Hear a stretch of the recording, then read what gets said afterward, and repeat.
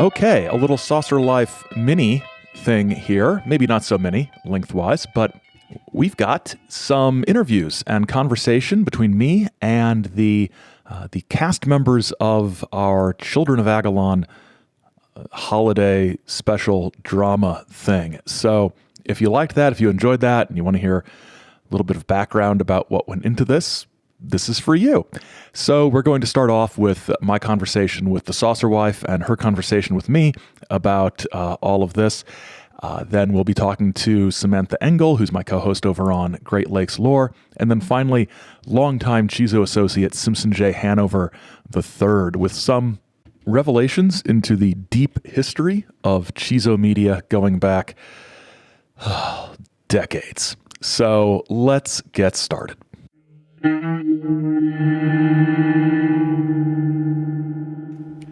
Okay, we are here with the Saucer Wife, who played Salveriana. Yeah, Salveriana. It's been a while since I've said the word.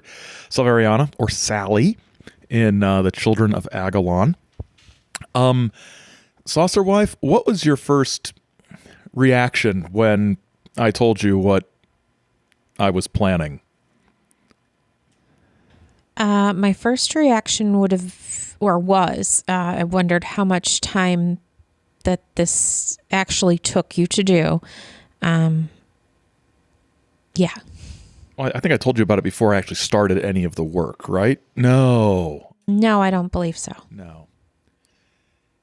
So you wondered how much time I'd put into this instead of doing Various household duties, your job, those important things. Nobody who pays me had any question about whether I was doing my job or not.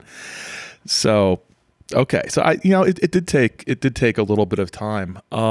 What acting experience did you bring to this production? When I was in third, fourth, and fifth grade, I starred in our church's Christmas productions. I also was a cast member briefly for a production of South Pacific at a local high school. When I found out I was just going to be a member of the, in quotes, wasn't a chorus or something? Chorus, yeah. Chorus, and I would have no actual part.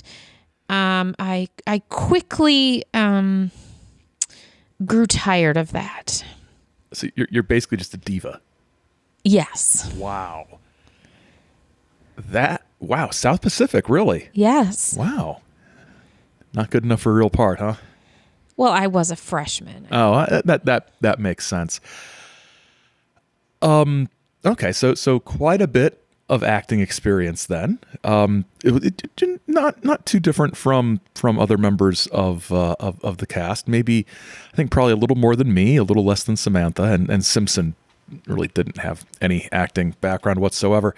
So what was your impression of the character of let's just call her Sally? This was about 6 months ago. Yeah, I know. It's been when I encountered the character. So a lot has happened in 6 months. So I guess what I could remember is that I wanted her to be some sort of femme fatale. Okay. And did that come through in the script for you, or is this the impression you got of her from the script, or is this just something you wanted to play? Something that I really wanted to play, and I feel like it was typecasting for me. I feel like when you developed this character, you were purely thinking of me. I was actually. I wrote her with you in mind. Yes. Yep. I wasn't thinking femme fatale, because you're not really that deadly, but long-suffering person who answers to a moron. I've seen you in that position. Yes, there's been several times in my life that I have been in those circumstances. Not working on this show, though, right? Correct. Okay. So when I make that clear, I do not consider the saucer wife to be my employee in any way. Yeah. So you saw a lot of yourself in her. Yeah. Okay. What did you think of the Owen character that you failed to fall in love with so spectacularly? He really was quite dopey, wasn't he? He was kind of dopey. Dopey, easily manipulated, sort of needing to be sort of guided by a succession of strong women. Yeah. Do you feel like the character of Owen was based on you in any way? I don't think so. Maybe a little bit, but I don't think I've ever been dopey to that extent. That was sort of an extreme, ooh, golly, sort of level of Gomer Pyle dopiness. There's a up-to-date reference for you kids out there, Gomer Pyle. What was the funniest moment or a fun moment you remember from one of the sessions where we had the whole cast here in the studio? I think for me, it would have been when Simpson was doing, and I can't remember the character's name, forgive me, but he has to use this very, very deep voice. Mr. Gallipoli, yes. Yes, and Samantha was not expecting it at all. So as soon as he started speaking, we just all started laughing. Yes. Listeners, I didn't know she was going to say that, but I do have that scene isolated and pulled out, and you can share in our merriment. Gallipoli here. Talk quickly. Is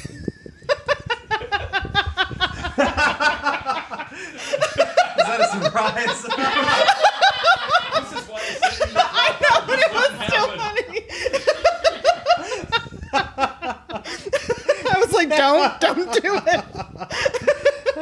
I think now that I've heard your regular speaking voice, it made it. Okay, so thank you for your insight about that. What did you think about Simpson's other character, the Agalon character, your boss, Sally's boss? I've worked for a couple of people that remind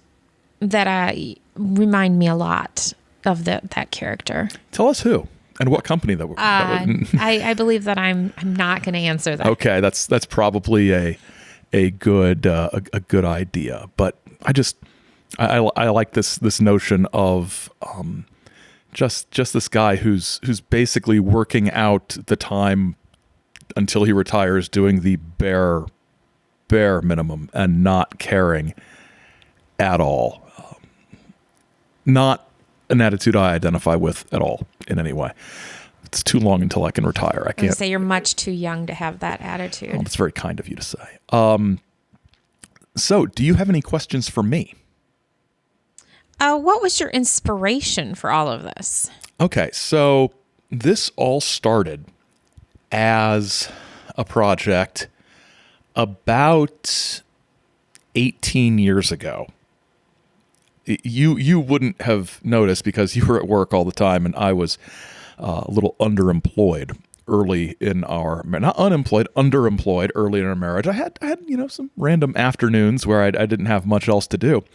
So this all started off as a sort of novel about a contactee cult that was, I found like one of the outlines that I worked on, this spring when I started working on this. And here's the thing, it was so serious. It was a very serious sort of, dramatic work. And I realized very quickly that one, I do not have the talent to write a serious dramatic work. And two, I do not have the attention span to write a novel. And so I was like, but yeah, still, there could be some humor here. There could be something funny in here. And I sort of offhand mentioned to Sam that, I could turn into like a audio drama for the podcast. And she was like, that's a really good idea. That would be a lot of fun. And, you and I have done various skit things on the podcast, but nothing that was close to like the hour that this was. So, the audience had not left in droves after we had done those things before. And, I'm always looking for ways to drive the audience away. So I thought, you're interested, Sam's interested. Simpson was going to be up here for a week in the summer and basically had nowhere else to go, so we could rope him into this. So it was like, oh yeah, so yeah, just sort of came out of the idea about something about a contactee cult would be fun to do. Do you think there will be like a second chapter to this or a sequel? Well, I don't know. It would be, we kind of wrapped up this story with everybody sort of doing, what they're doing, years in the future. I would like to revisit Rosalind's contactee sweatshop, child labor sweatshop. And I think that could be fun. Sally working a desk job, sort of troubleshooting reports. I don't know. I'm not sure if there's anywhere for the story to go, but I have a feeling there might be more stuff like this in the future. I don't know. This was, I was not expecting this to be as lengthy as it was. As I was putting everything together, I was like, oh my gosh, 56 minutes. Yes, and let's talk about the scenes that just disappeared. The several scenes that we recorded here in the studio in July. July. When I went to edit them a couple months later, no longer existed because I was acting as my own recording engineer and I failed to save some things. So, luckily, through the magic of technology, we did not have to have everybody come back to the studio. Which just kind of triggered a thought for me. We just watched Manos, The Hands of Fate last evening. Yes. And is this my Manos, The Hands of Fate? Is that because the gentleman who wrote it, correct? Who wrote the script, also starred in it. Starred is maybe an overstatement, but he was in it. Yes. Didn't he direct it as well? Yes. Didn't you? Star. Yes. Didn't you write? Actually, I would say that my character was probably the most minor character in the whole thing. So I wouldn't say starred. Okay. Did you act in this? I did. Did you write this? Yes. Did you produce it? I did. Did you direct it? I did. Darling, this is your Manos. I know. This is my man. This is my Plan 9 from outer space, isn't it? I'm like Ed Wood. What was the Mystery Science Theater line? Poor dope wasn't smart enough to spread the blame around. Yeah. It is. And you know what? If this is my Manos, if this is my Plan 9 from outer space, complete with making of documentary, released afterwards in a very sort of pretentious way, honestly, I'm fine with that.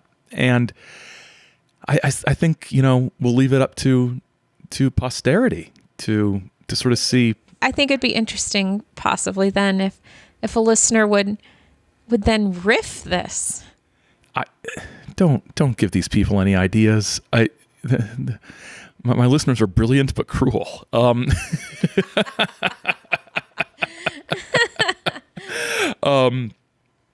Yeah, I don't know. That's I don't think I guess it's riffable. Yeah.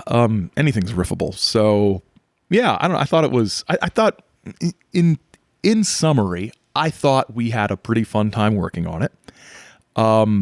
I had a fun time working on it. The editing was grueling, which is why this was supposed to come out in the summer, everybody. And then it's like, I can bring it out in the fall.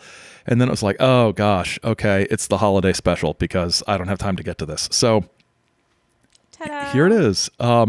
So thank you, Saucer Wife, for answering some questions and for asking some questions and for appearing in the Children of Agalon.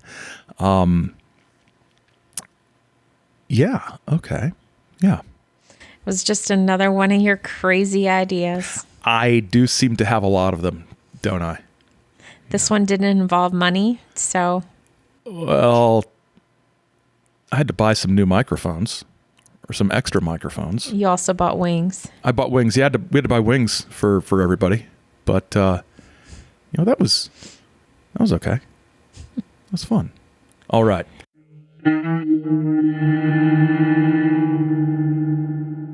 So, Samantha, what acting experience, what acting background do you have? Are you an experienced thespian? I was in drama throughout high school.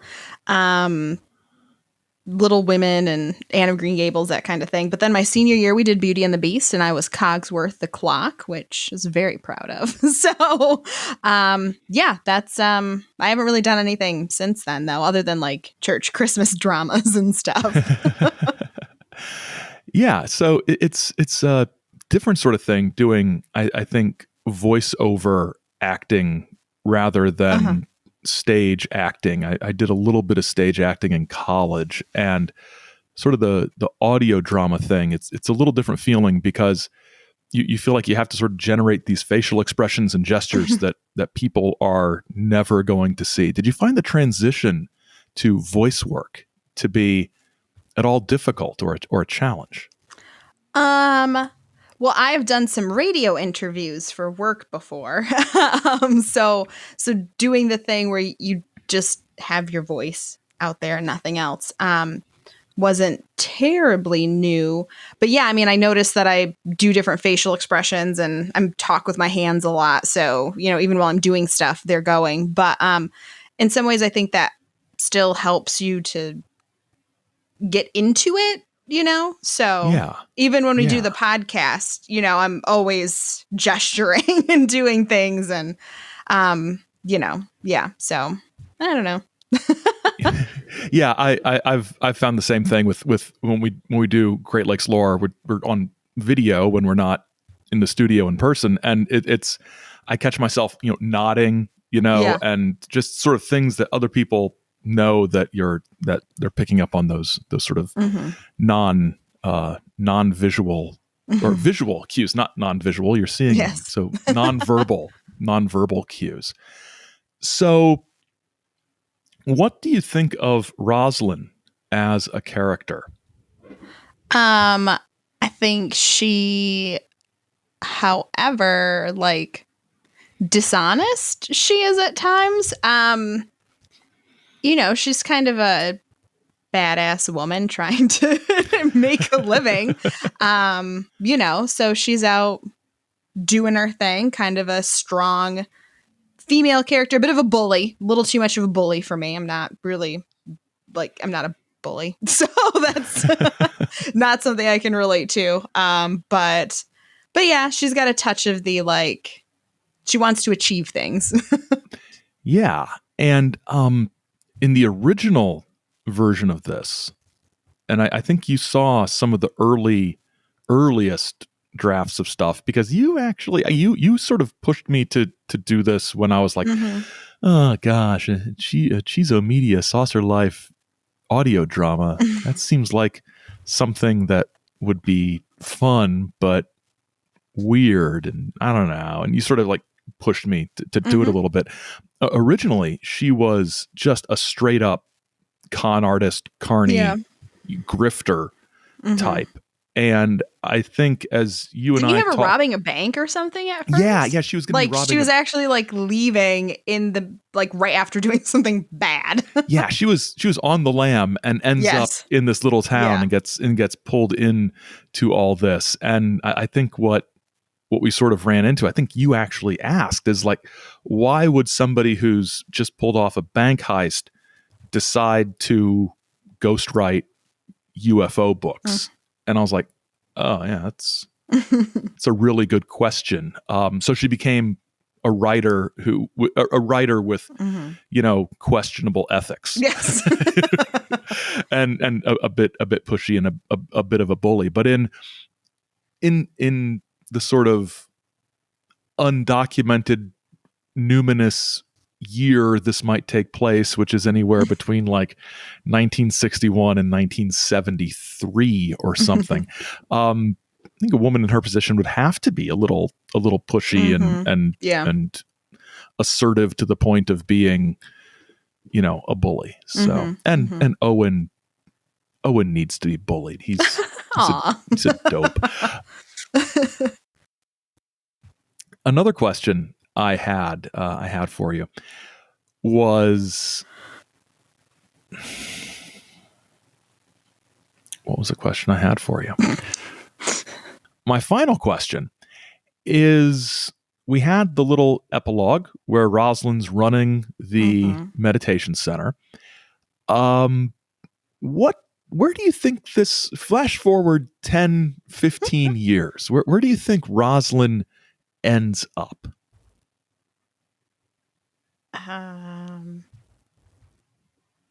Leading her own little cult. Oh, okay. I mean, that's kind of what she's building there, right? Like, Yeah. I think she seems manipulative enough that she'd get people,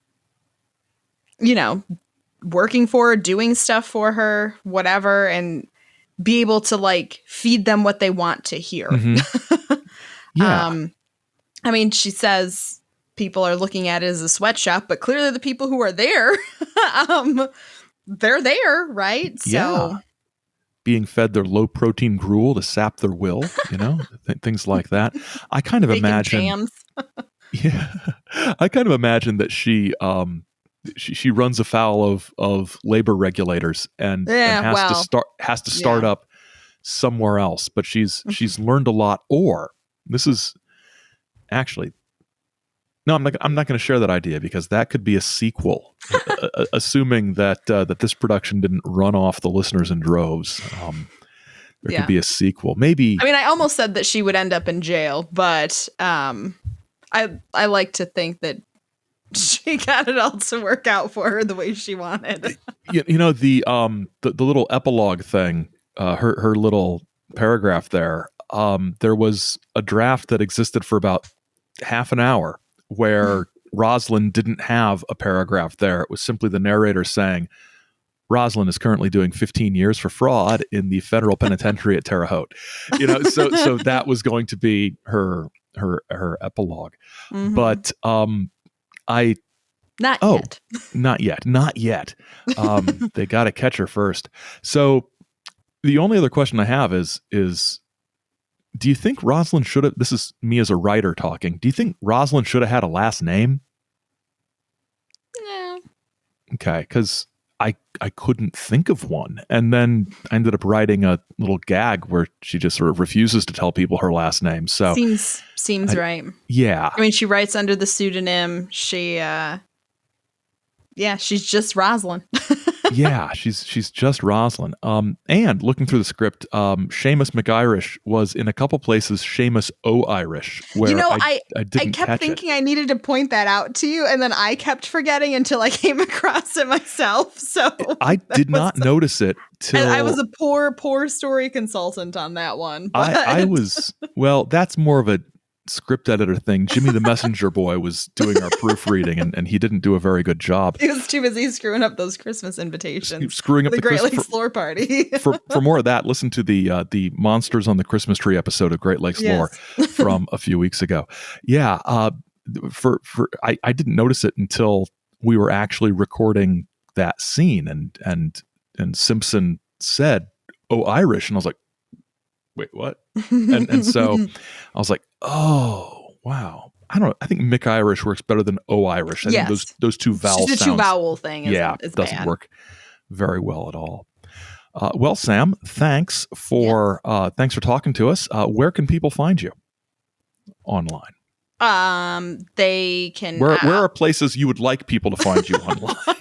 It's like, a better way to put it. I do not really want to have more Facebook friends, so so check out the Great Lakes Lore account. So we're Great Lakes Lore on Instagram and Great Lakes Lore on Twitter and Facebook. It's very easy. Our website is greatlakeslore.com.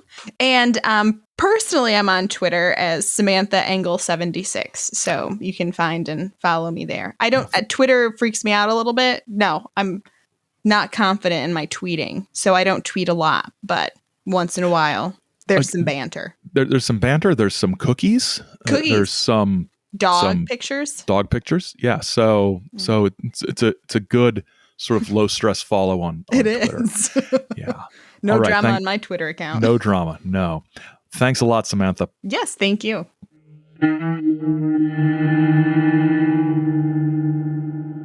Okay, we're here with Simpson J. Hanover III, our associate producer on The Saucer Life and longtime Cheeso Media consigliere.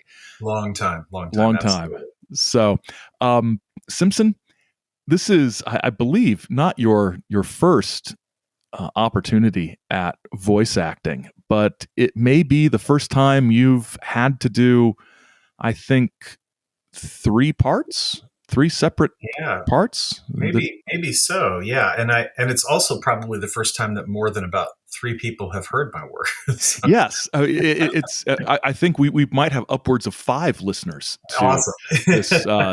this little audio drama here.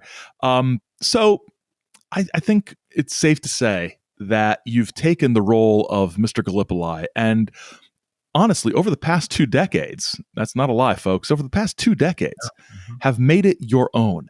What was the inspiration? what was the inspiration for Mr. Gallipoli? Mr. Gallipoli?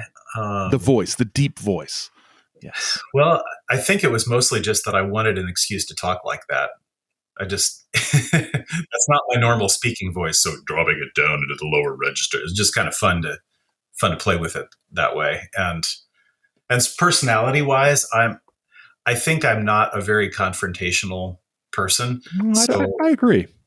So I kind of liked having Mr. Gallipoli be just sort of a jerk. So what did you think about the story in general? When you first saw the script, what did you think? So it's funny you would ask because, back in the late 90s when we were just messing around with recording stuff for no one really except ourselves, we used to joke about making a concept album rather than an album of music. And yes. But we were always just kind of making up stuff as we went along over the summer, just kind of having fun. And this actually is organized and creative and funny, and I like it. It was funny, and I think also it's nice because it ties in with a lot of topics that the Saucer Life has covered. There's contactee stuff in there, and but not too over the top. It's really in a funny way, and it just I like it. Yeah, I think when I was writing it, I wanted to do contactee stuff, but it's a contactee story, but people will recognize things, I think, but they're more Easter eggs than trying to be kind of a straight up homage to a particular contactee story. There's the fizzy drink thing from Orfeo Angelucci, and sort of structurally the iterations of the story changing in various formats. That's a lot like Angelucci's and other contactee stories as well. I think actually, it's funny. I think my favorite part about this whole thing, Aaron, is that the aliens are here, but they're not particularly high-minded, and they're not particularly competent. And that's like, I think in most of the contactee stories or any alien stories, the assumption is that the aliens are either really, really brilliant or really devious or really inspired or something like this. And in this story, they're really just kind of like functionaries doing their job, self-interested, without any real high-minded purpose, but also without being particularly devious. They're just kind of, I don't know. I like that. It's they're a intergalactic bureauccy or interplanetary. I never really say where Agalon is. It could be in our galaxy. It's probably in our galaxy. I assume it is. If I would have been, I was going to say if I would have been thinking about it, if I would have read the right contactee stuff before I wrote this, I would have put in pages and pages and pages of descriptions of the engine room. Or the equipment in the mess hall or something. But I didn't really have that. And honestly, the I don't know how, I haven't put it all together yet, so I don't know how long it's going to end up being, but however long it is, I cannot believe we actually got everybody together in various places in various ways at various times to record everything we did. Which was fun, by the way. It was. I wish we could have done more. I wish everybody involved in Cheeso Media didn't live at least an hour away from the studio. So anywhere from 1 to 72 hours away from, well, the suborbital flights to get Jimmy the Messenger Boy back from the satellite. Those right. That's a hassle. But yeah, it was fun. It's weird. We're finishing up recording literally, I think, days before this needs to be done. And we started recording. I think Samantha and I did the first recording of some of her scenes that then subsequently got rewritten completely and needed to be re-recorded. I think in the middle of June of this year. So this project has been gestating for a while. Gestating, there's a word. Like the little chest burster things in Alien. So you ever seen Alien? Oh, once and never again. It was John Hurt is amazing. Yeah, good. It is good stuff, though. One more question for you, Simpson. Yeah. If the aliens contacted you and wanted you to be their representative on Earth, what would you do? Well, I guess it would depend on what their message was. Right. If their message was positive and kind of something that I could get behind, I'd probably say, sure, why not? So you're willing to be the puppet of interplanetary tyrants as long as you agree with their politics. Yes. Well, you got to be a puppet of something. Right? So, as well. This is why you're Cheeso Media material, Simpson. I'm not a creative. I'm just a functionary. Just a functionary.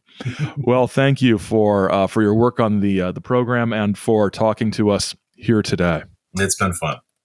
All right, that's it until after Christmas. We'll have some more little bonus content like this, probably not this long, coming to you at some point in the next, between now and our triumphant 2022 return. And as always, keep an eye on our social media channels, Twitter, YouTube.